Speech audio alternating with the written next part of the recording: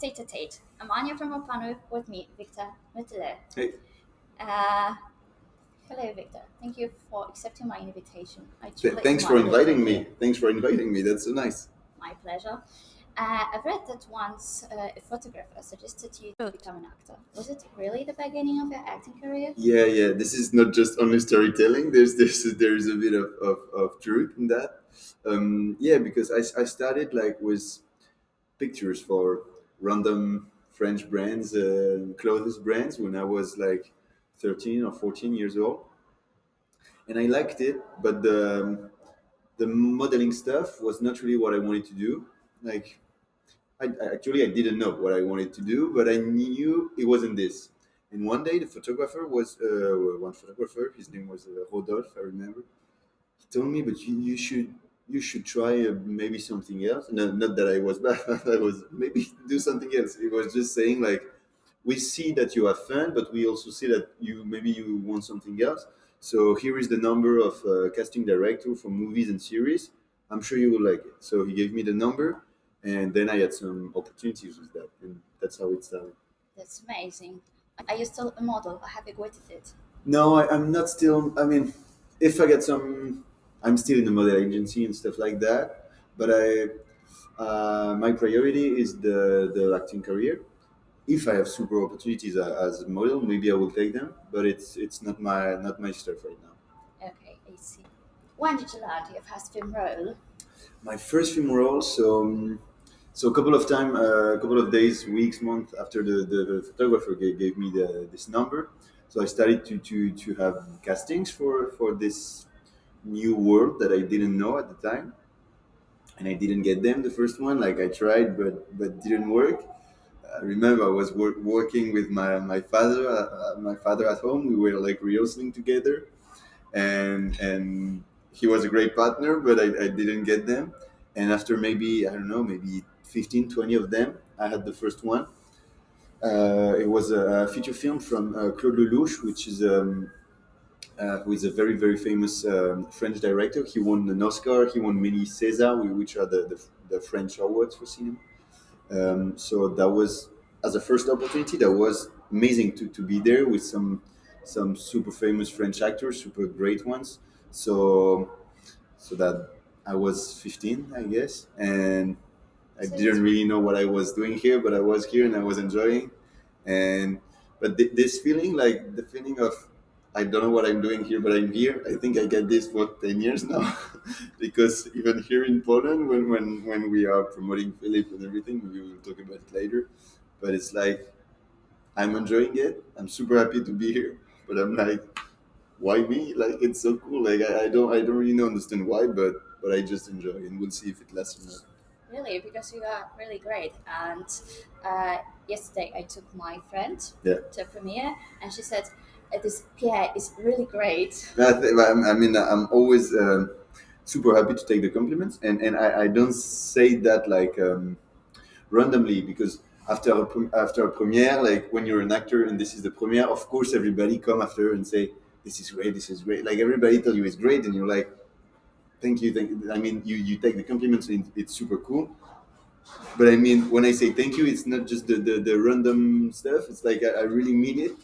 Yeah, after the premiere, you get a lot of compliments, and it's always after a premiere, it's always too much, of course, because all the audience comes to you, and but I mean, it feels great because it's the only moment where you are in direct contact with the audience, because usually you just do the movie, you're with the actors, the director, the crew, and then you're back home. The movie people see it, but you don't have direct feedbacks, and the premiere are the only moments where we have them, so I enjoy that. Uh, Right. do you stress out before your shooting days? So how do you cope with the stress? It depends of the I would say not of the movie, more of the state of mind you are in your life. Like sometimes in your life you're like super good and super happy, and I mean, I don't stress that much, because I'm like, okay, we'll see. It can only be good experience. If I fail, just we will take it. We'll have another take, and maybe this one will be better. And then I mean, sometimes not at all, and sometimes you're in a different mood in your life, and you're like doubting a lot. You don't know what. I mean, it really depends. But usually, like for me, it's 50-50. Like 50% of the movie, I come. Not that I don't work or that I don't want it to be great. I mean, it's not that I don't care. I care a lot, but I'm like, I have no reason to stress out.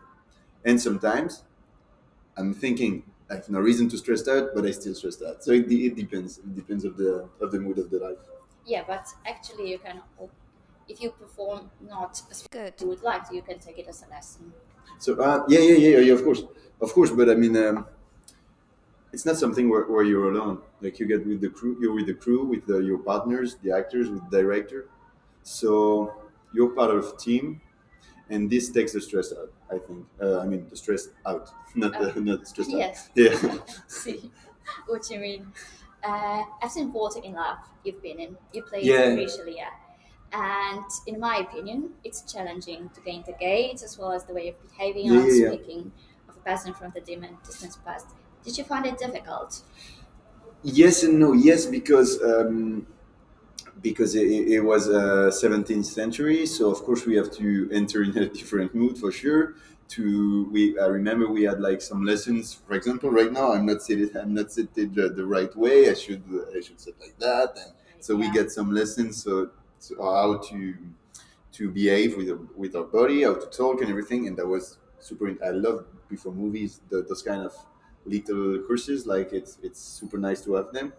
Um, but it's challenging because it adds something to the performance. So, but that's cool, and it's also easier, sorry, because the morning you go to the makeup, to the costume and everything. You haven't even started to act. You're already the character. So this puts you in a position like where you don't even have to play to be like because you're dressed like that. You get the hair like this, the makeup like everything is done before the acting, like, and then the acting is just the cherry on the cake, you know. And in a contemporary movie, like I arrive the morning, I'm dressed like that, and then my character is dressed like that. So everything has to be done. So it's a bit different. It's harder to put yourself in the character for contemporary movies. But I like both. Like, it's just different ways of entering into the Okay, characters. yes, and actually the costume makes you feel the character as Yeah, well. yeah, yeah, yeah, yeah. And Richelieu was a conformist, while Voltaire fought for freedom Yeah. and values, Yeah, yeah. which now we take for granted. But at that time, people found Voltaire fake, Yeah, and yeah, they yeah, of course. excluded him. Which character is closer to you, Voltaire or Richelieu? I would love to say Voltaire because it's cooler, and of course I would love to say Voltaire, but to be honest, I think I'm more a conformist. I'm not a I will be super. I'm not someone who break the rules. I'm not someone to who enters the room and he's like, okay, I will change everything. I'm not. I really don't think I'm a visionary or something like Voltaire was. I'm not. So unfortunately, I'm maybe more like Richelieu was, but it's not that bad. Like I mean, Really, I yeah, didn't expect it, to be yeah. honest. I know. I I was know. shocked I that mean, you are a bit like Voltaire. I would love to say it. I would love it, I see. but I don't think so. Okay. Yeah, but one has to be brave to stand up for the rights. Yeah. But that's this part. Of course, I feel like more Voltaire than Richelieu, who was more selfish in a way, but not selfish, but it's just that he has his situation, and that was good for him. Like he doesn't feel the need to embrace like a big cause or stuff like that. So in with this, I feel closer to Voltaire. But the thing that makes that I cannot say Voltaire is that I know I'm not the leader of a movement or anything. It's not who I am, and I'm maybe more not selfish, but solitaire. You know, I mean more alone. Uh, Okay. so um, so this is why I can't say Voltaire. Maybe an in So between. You know, yeah, so it would maybe be it an in depends on between. the aspects of your life. Yeah, of course. And you've also appeared in the Polish film Philip and the French TV series, I suppose it was, The Bonfire of Destiny. Yeah. And in both productions, you had an emotionally difficult scene. In the Polish one, you had a death scene, and in the French one, your character is sentenced to death. Yeah. How do you prepare for such scenes? I mean, I will answer a bit like I just did for the about the costume and everything in Voltaire. It's like those kind of scenes. The atmosphere is so heavy that you don't have to do a lot to be in it. Like for example, in the Bonfire of Destiny, when my character is sentenced to death, like when you arrive on the location, you see the hang stuff. There is like 200 extras. Like I mean, it's heavy, so you don't have to add anything. It's even if before this, of course, I focus before the scene and I think about it. But even if I were like a bit chilly and everything, when you arrive on set, there's something happened. Same in Philip for the scene you were talking about. I mean, you do the first take and everybody, like all the crew, feel that something is heavy in that scene. So the atmosphere on set changes. Everybody is a bit more focused, and I mean it's easy to get in those scenes because the job is done by the atmosphere. You don't have to do anything again. Okay, I see. Is it easy to you to cope or deal with the emotions after shooting such scenes? Um, for everything, it could be like a super light scene in a comedy or a super deep scene like that. My only goal as an actor is like, first I really think that even if I get a actors, they have maybe some actors won't agree with that statement, but so I think that actors, we have a part of creativity for sure, like, but we work for the director, like we are just workers, same place as a DOP or a grip man. I mean, the director has a vision. I'm just a tool for him to go for that vision. I have a little part of creativity because sometimes I'm like, okay, you want this? Look, maybe I can propose this. Do you like it? Not. If he say no, I go back to what he want. He want it first. So I mean, in this way, I'm just a tool for the director to go where he wants to go. And some actors disagree because they're like, no, it's full creativity. Like I don't work for anyone. Or I mean, I don't think so, but everybody thinks so. And I don't know why he said. Yeah, okay, I know why he said that. So yeah, my only goal is to put like to go where the director wants to go and put the maximum of truth in every scene. It's if it's an horror movie, comedy, a death scene, or anything. I just want the scene to feel true. So my work is the same for everything, and I go into a scene the same way, no matter what it is. Like sometimes the atmosphere is deeper or heaviest, but it's like heavier, sorry. But I just go the same way into the scenes. So you feel you are a craftsman a bit. So yes, a bit. In a way, a bit. That is good for you and for your emotions. Yeah, of course. I mean, um, it's. I mean, I think it's good because if I was like only focused for the biggest scenes, maybe. I mean, if you're good in the big scene of the movie, but you're out totally out in the 21st scenes, like I don't think the audience will follow you in the last one. You get to bring them with you in the first one, so then they're with you on the last one. Yes, it's true. I So, totally agree.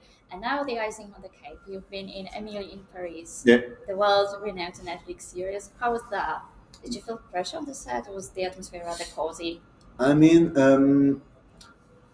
the crew is super nice. It's just a bit bigger than usual. Like there's more Budget. people on set, big budget. Uh, the first season, like I was the only thing that stressed me out a bit was that it was my first English set.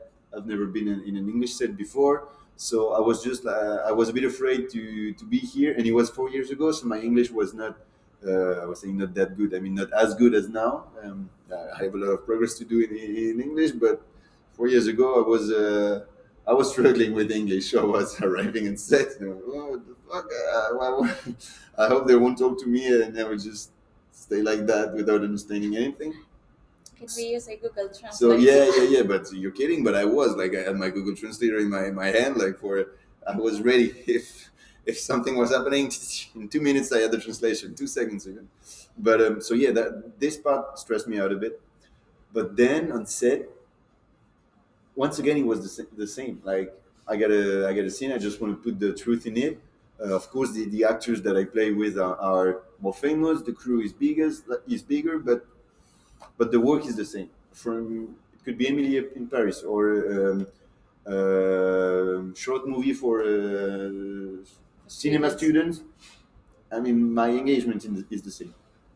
That's brilliant. Can you tell any differences between Polish and French productions? Actually, there is not that much. Like when I first came on set for Philip, I expected it to be super different, and there is small differences. Like we take breakfast on set in Poland, in France we don't. That Yeah, I heard about it. Everybody in Poland says about breakfast. yeah, yeah. That actually it's only in Poland. Yeah, only in Poland. And I remember the first call sheet. I was like, and for Philip, the call on set were super early, Yeah, I and I was know. like, okay, you have to be at 5 a.m. on set for the breakfast, and then you start the makeup at 7. I was like, I don't care about the breakfast. I want to sleep 2 more hours, and I came directly at 7 for the makeup. No, and they were like, no, breakfast 5 a.m. Okay, I I'm guess terribly I have no sorry. choice. So it's like, You could have informed but me. no. But I mean, I love that. Then the and it brings something because we were together from the very beginning of the day to the dinner. So that was cool, and it added something for the mood and everything. So this is the the slight difference. Like it's nothing, but it's fun. But then on set and the way of working, pretty much the same. I'm happy to hear that, Yeah. really. As an actor, you have an opportunity to attend various courses, as you mentioned. Do you consider it an interesting opportunity to acquire new skills? I love that. I think this is one of the best part of the job. Like sometimes as an actor, like so I think it's an enormous chance to work as an actor. Like I mean, I do that for 10 years now. I couldn't have dreamed about it. Like it's amazing. I hope it will last.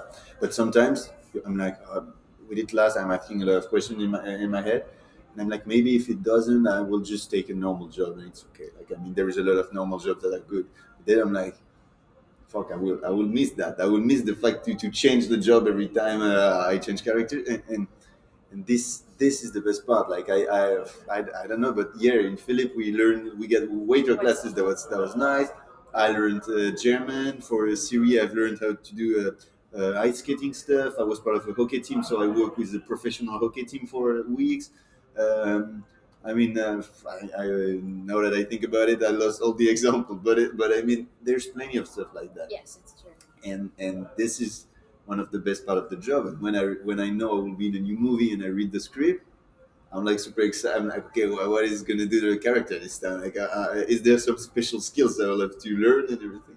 So I love that. So you're a busy bee a bit. Sorry. You're a busy bee a bit. Sorry, A hard worker. yeah, okay. Busy bee. Okay, I didn't know Yeah, the busy expression. bee. I Yeah, didn't know. Okay, but so, that's the aim of yeah, the yeah, interview. yeah. But oh yeah, this is the name of your podcast. No, Oh, Tête-à-tête, but oh yeah, the aim of the interview yeah, is okay. to learn English. So Okay, oh I yes, fulfilled it. so perfect. I'm learning while doing it. Me too, so it's perfect. Okay, so I'm a busy. Yeah, yeah. I mean, I think it's the least to do to work to do something. So in this way, yes, I'm an hard worker, but not more than every other people on set or every people who work in this hotel. I mean, everybody with this mission has to do a lot of work, and me the same way. Like there's no difference. So yeah. Okay. You also do sports. In Yeah. my opinion, sport is significant not only for healthy reasons, but it also helps us keep routine and motivation. Do you do sports for your personal satisfaction, or do you believe it helps you perform better in other aspects of your life? I mean both because when I'm injured and I cannot do sport for weeks, I'm like the first days it's okay, but then after I mean I know my mood changes, Yeah, I'm not the same. Like I need it for so for healthy reason, personal reason, just to catch some fresh air in my head, and yeah, I mean this has a super important place in my life, and it's not like okay, if I got time today, maybe I will go to and do some sports session. It's like this is the first thing I plan in my day, like, and even if it's the most the busiest day of my week or of my month, I know I have to do the sports session. It's like if I don't do it, I will lose time because if I do 2 hours of sport in the morning, then I will be super fresh and I will work super good. If I take this session out, I will be super slow the whole day, and then in the end, I will have worked less than if I have done my sports session earlier. So I cannot take that out. Okay, so you can't live without it. I Oh see. yeah, yeah, for sure, for sure. I can't live without coffee. Yeah, yeah, yeah, same. You can do both. You can run and drink coffee if you want. Yeah, and as the interview is for English learners, I have to ask the question: Yeah. do you reckon English helps you at work? At work, yeah. I mean, of course, because if I didn't speak English, I couldn't play in Emile in Paris or even in Philippe. It would have been difficult, even if here would have been possible because on set it was like a mix of German, Italian, Spanish, French. It was everything, every language in set. So for Philippe, without English, it would have been possible. But on other projects, you have to you have to speak English more and more. Like the movie industry is like more is getting More the global. borders are getting down. Like there is not like the French market, the German market. Like it's a super world market now. So maybe half of the castings are for English productions now. So yeah, it's a big thing to learn that, and that's why I'm working on it. But yeah, and I think in every field it's important, and I don't know, it's same as sport. Like it's something, even if you don't need it directly, it can only help you. Like it won't hurt you to learn another Yeah. language, and it keeps your brain like, it makes your brain work and everything. So I think it's good. Yeah, to write. Speaking foreign languages provides us with a wider range of Yeah, choices. yeah, of course. And the last question: what place or places would you recommend to visit in Paris? I thought you were going to say in Poland. I was like Jelenia Góra, no, but There in Paris. in It's Paris, easier, maybe. Paris easier. Yeah, yeah. I mean, I'm not from Paris first, but now I live here for 8 years, I think. Um, I'm sorry, I don't have like secret plans or special So plans that landmarks. nobody knows. And I'm like, if you listen to this podcast, I will give you the special plan in Paris that no one knows. This is not a tourist place and everything. No, I mean, I would go for okay. Let me think. The best. In Paris, I love the some neighborhoods in the very center, like Saint Paul, in Le Marais, and everything. This is super cool, but it's super famous. Like once again, it's not a special trick that I gave you. Then I love La Cour Carrée du Louvre. Like when you go there at night with the lights and everything. This is maybe my favorite place in Paris. But then, to be honest, I'm not the big, but it's like because I live here, but I mean, I'm not the biggest fan of Paris ever. Like, Okay. I think it's super good to visit the rest of France too, because there's some beautiful places like I love to go in Nice in the south. Like Nice is an amazing, so near Italy, near the Italian border. This is an amazing. Amazing city. We got Annecy in the Alps, which with the lakes and everything. If you want to do sports there, it's perfect. You can do all the water sports in the lake. You can go mountain biking or hiking in summer. You can go skiing in winter. Like this is the one of the best place. And a bit up near the German and Swiss border, we get the mountains there too, Le Jura. And here it's like if you want to do some ski, not alpine ski, like, but I don't know the English word, ski de fond, like the flat ski, not alpine ski, but like ski on the flat and on the, you know I what I don't know mean? the sport. Like No. biathlon and stuff like that, you know? No. Oh, I'll check it. it's like fuck, I don't know how to say ski de fond in English. Anyway, it's not the alpine ski. Like you don't have to take like the stuff to go up in the mountains and you go down. It's just like circle or stuff like that. Okay. And in the Jura, there is like when you go near Les Rousses, Prémanon, and those kind of places, this is amazing. And those places are not that famous, so it's super chill, super calm, and this is what I recommend. Also, Paris, of course. You can do a weekend in Paris, but then you go into Jura for a couple of days. Yeah, write down Victor's recommendations and check them. Victor, thank you so much for your Thank time, you, thank you. especially if taking into account the fact that you are probably knackered after last night. And it has been a great pleasure to Thank have you very much. here. Yeah, And and wish thanks. you all the luck in the world. Thank you. Yeah, for you too, and thanks for Thank like. I mean, you. it was super nice to have all those questions. That was not just random questions. Like I noticed you've seen all the series and everything, so that it means something. Like thank you very much. Thank you. You're a good egg. Thanks for watching and see you next time.